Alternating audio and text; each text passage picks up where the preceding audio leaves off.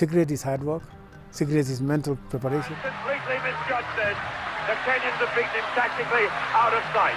When I was young is when I heard about him running, because I was asking my father, is Kipchoge running within? And he said no, he's running with the white men. Winning a gold medal is a great achievement for human being. Kipchoge Keino, that's our role model. I think he's kind of a hero here in Kenya, and not just in Kenya, in the world.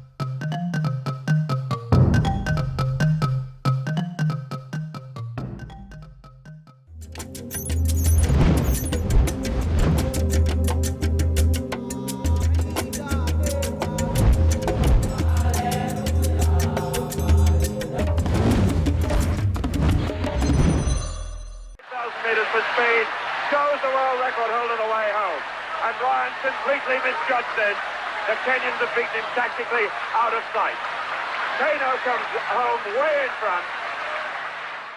The 1968 Olympics in Mexico City, a time when the relatively little-known country of Kenya was introduced to the world by one man, Kipchoge Keino, who raced to the finish line, beating crowd favourite and world record holder Jim Ryun to take home gold in the 1,500-metre race.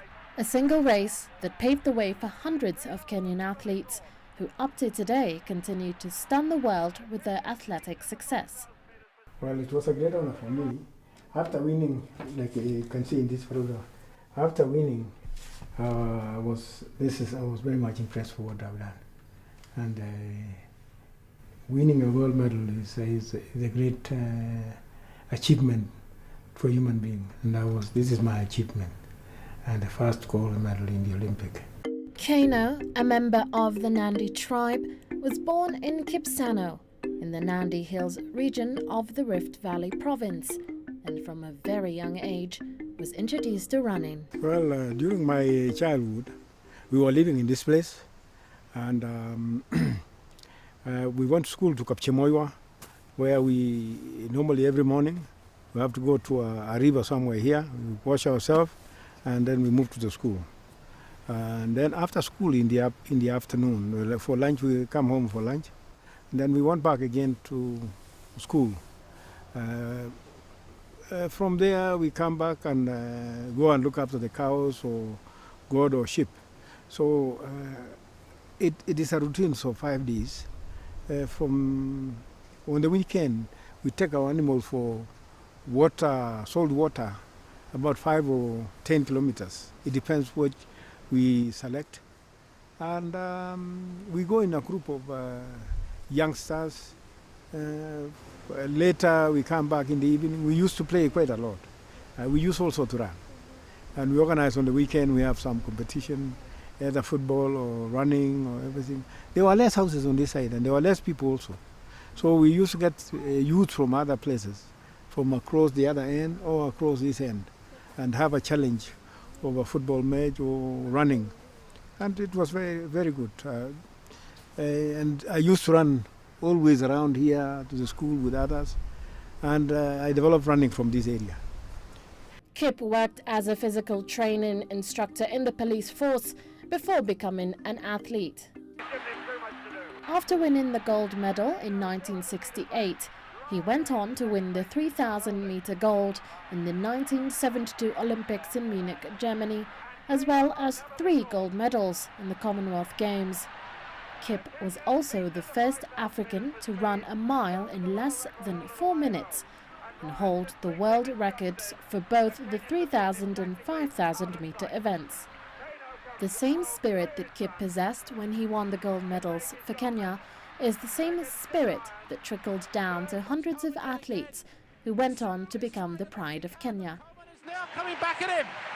Common it is that's charging ahead. I remember a long time ago when I first time come to Eldoret town, I met him, and by that time he had a sport house called the Kip Keino Sport House, where I bought my first running clothes in his place, and he himself was there. So when I bought it, we negotiate, and then also he cut for me the price, and then he tell me to go and train hard. Moses Tanui, two-time Boston Marathon winner, also followed in the footsteps of Kip. When I was young is when I heard about him running, and I thought that if it is running, because I was asking my father, is Kipchoge running within? And he said no, he's running with white men in abroad. And I was listening to radio station when he was running, and I feel that I want to do the same. Money in athletics did not materialize until the 1990s, and in Kip's day, rewards came mostly in the form of medals and trophies. A time when athletes ran for the glory of the country and themselves, rather than for money. You have to do something for yourself. You have to be among the best in the world to be able to win those medals. And I'm proud that I'm one of those people who won the Olympic gold medal. You can see that one. This is who from Nigeria. He's a silver medalist in the All Africa Games, Lagos, 1973. He's heavy, my friend.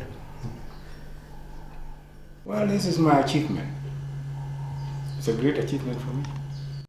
But when the 1990s hit, so did the cash prizes, and the competition became even stiffer, prompting athletes to take on a manager and trainer in order to stay at the top.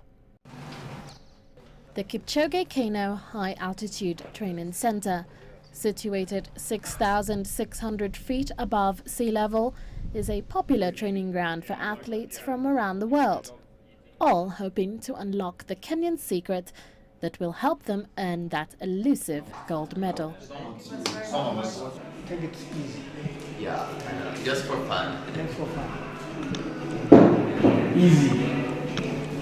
No pressure. Most of the greatest athletes in the world are from Kenya. I don't know what do these people have, but certainly it's something special.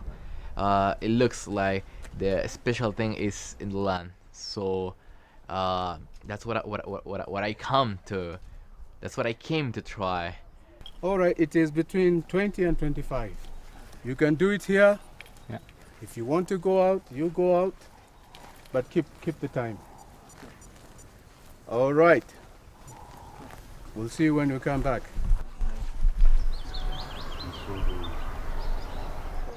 Both amateur and professional athletes can be found running the popular Kazi Mingi track, which translates to a lot of work. Ease up. You can go that way, that way. Most of the Kenyan athletes who achieve success internationally come from the Rift Valley province, and many wonder what it is about this area that produces world-class athletes. Well, there's nothing special in this area. The special thing is hard work. We work and we train them as a team. Always we train as a teamwork. A teamwork is the key thing. And plan the training program, which by the end of the day, somebody's enjoying. But he doesn't realize that he has done a lot of hard work. He has put up, the input is very high. So this is what we want. We want to share with the youth of the other countries of the world and show them that there is no secret. Secret is hard work, secret is mental preparation, and the most important, the friendship. It's you today, tomorrow is somebody else. So we share those things, and there's nothing, no secret at all. Various athletes have sought training at the camp, and many went on to become internationally successful athletes. Aspel Kiprop, Kipchoge Keino, 3,000 meters steeple, and others who have gone through this place here, like Ismail from Sudan, who won a silver medal in the Olympic. We want to see more of those athletes coming up from this place. Here as well, we are thinking where we are at the moment is 6,680 feet. But as you go up to 7,000 feet. The environment here is very nice. We have a very nice environment. The attitude, the trees around are very important. No pollution, no industry, nothing at all.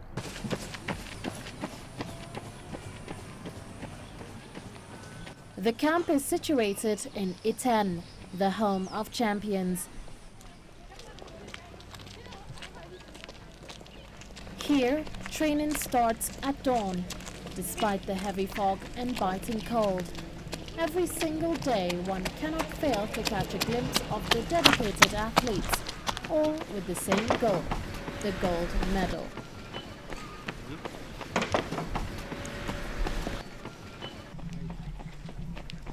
This is Cameroon track, the only training ground for athletes in Iten, but many agree there is much to be done to improve it.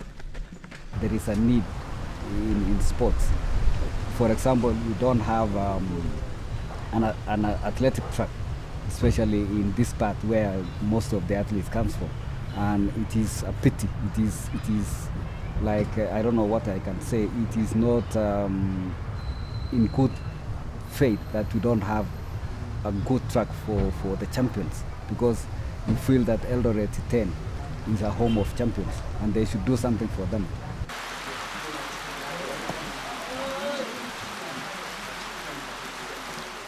Cameroon track is open to all, and both unknown and internationally famous world athletes come here to train, with or without a trainer, come rain or shine. And the training is not for the faint-hearted.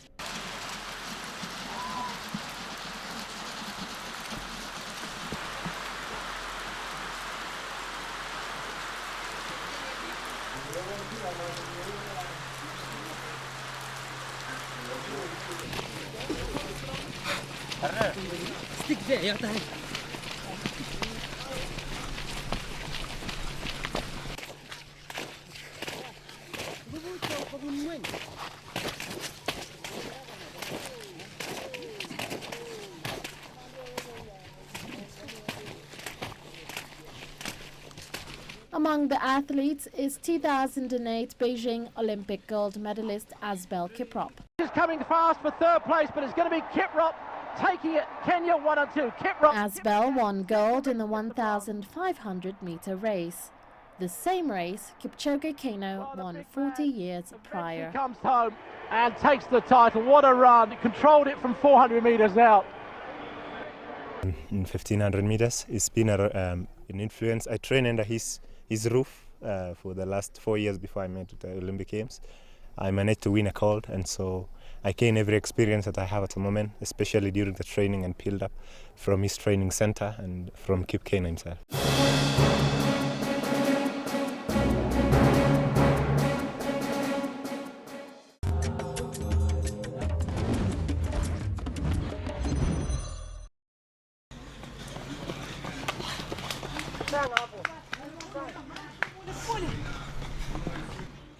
As London 2012 approaches, athletes begin to up their training and compete in various races in preparation for the big games.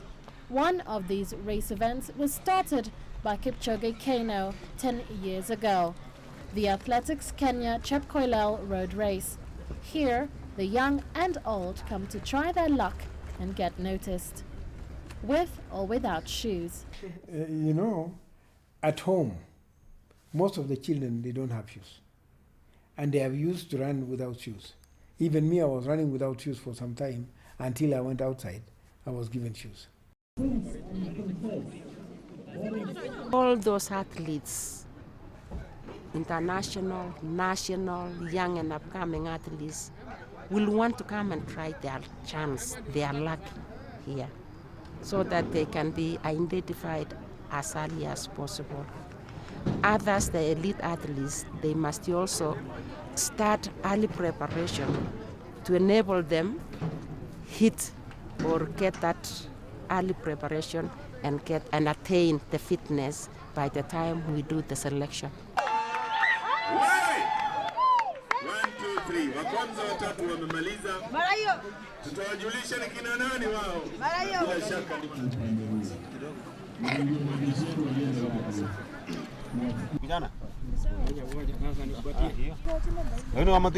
Parents scramble to enter their children in the race with the hope that they will have a better life. He's 10 years old, 8 years, and 6 years old.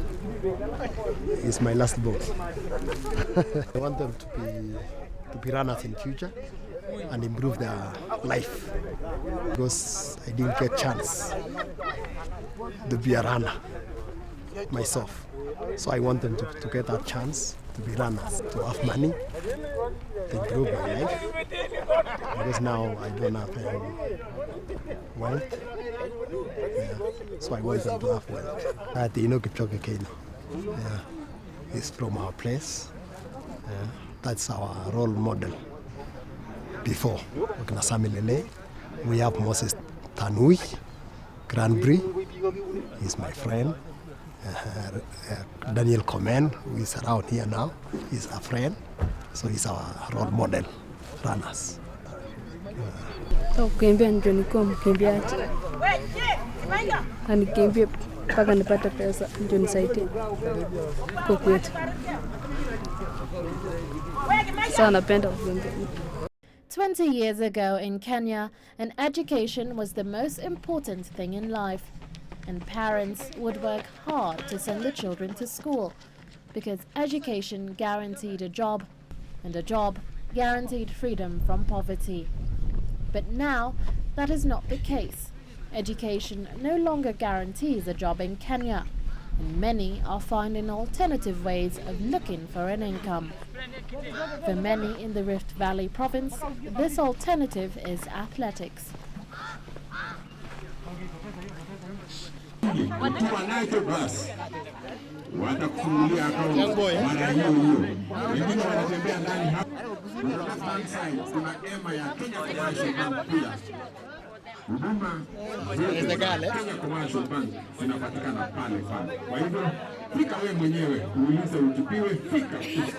have encouraged them to come, and probably we can also identify an athlete as early as 10 years.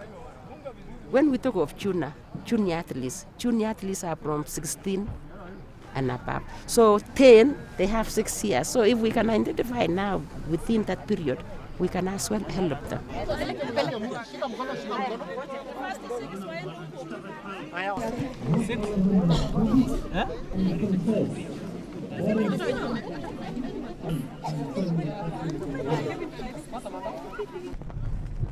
Professor Boyd pia amefika, Mike Boyd amefika na wasichana walipomaliza. You can have stamina, you can have the speed, but the most important is mental, because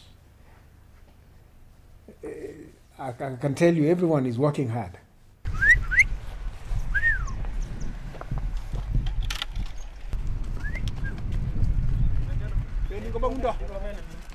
With his athletic career behind him, 71-year-old Kip spends the majority of his time traveling the world to attend various athletics meetings and conferences, as well as his main passion of philanthropy, helping pave the way for future gold medalists. I'm a member of IOC, and I've been working in IOC on IOC Athlete Commission.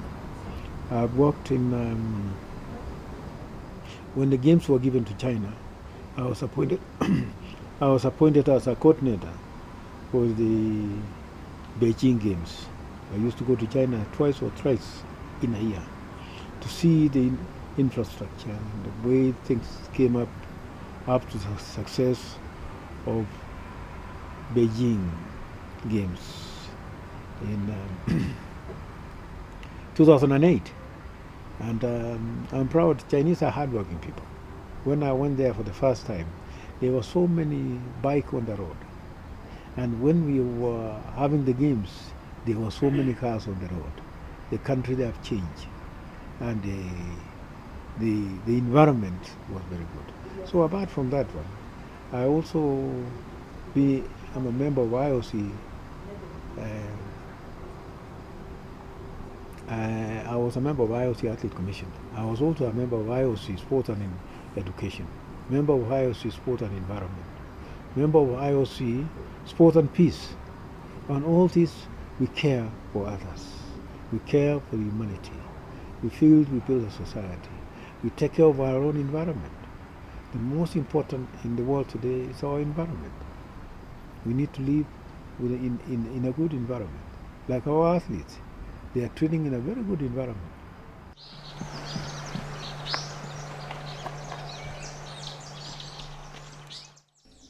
In 1973, Kip decided to open a children's home in Eldoret, having also lost his mother at the tender age of 3. He felt a strong need to provide a safe haven for the children and give them a better future. I came to this world with nothing, I will leave this world with nothing. If I have, and I don't assist anybody, it doesn't help me with anything. But if I assist, we appreciate. And I thank God for what has been given. I also thank God for what I've been given to members of our society, the needy people. Those are the things which is very important. Relationship, they come and say, Daddy, I need this. Daddy, to me, the most important is love. And that alone, love is the key thing. And the shelter for them is the most important. I'm proud to see them doing well. We take care of them, and this is the most important. They can be able to eat, they can be able to sleep, they can be able to go to school, like any other children from the family. Soon, this project expanded to a primary school and a secondary school, eventually leading to the opening of the training camp. The children are the most important people in the society. Those are the leaders of this country tomorrow. If we don't assist them, then if we leave after seeing and they die, we are seen because we didn't assist.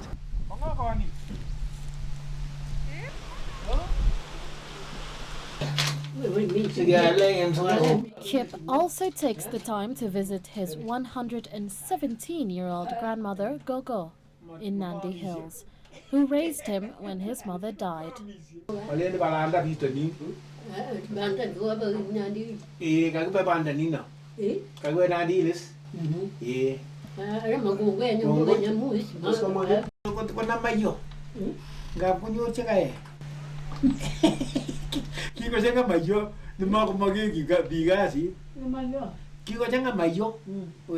After my mother died, Gogo took care of us.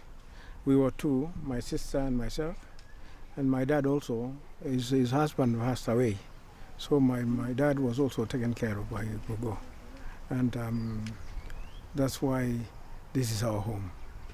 We appreciate what Gogo has done for us, and he had his own children, so we live like as a family. His husband was an elderly brother of my father, and we lived very well. We appreciate all those things. We work as a team and develop our own life. We enjoy it. That's why you see me here. I take care of Gogo, and it's me who built this house.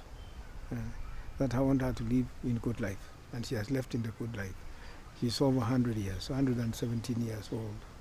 So we are proud to see her doing and living and enjoying our life.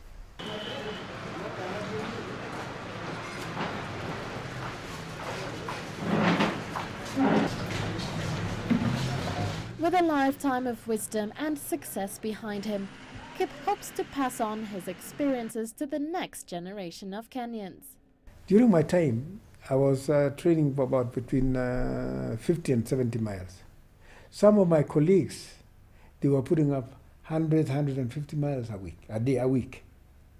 So I was doing less, but quality. So those are the things which we need to advise our own athletes. You can do less, but quality. You can do a lot, but you don't gain anything. At the end of it, you become a slow person. And that's why you see a lot of Kenyans. We train them for quality, for good, the best speed. And we also build a mind of an athlete to be able to say, I'm a fighter, I'm fighting to win, I'm running to win. That is the most important.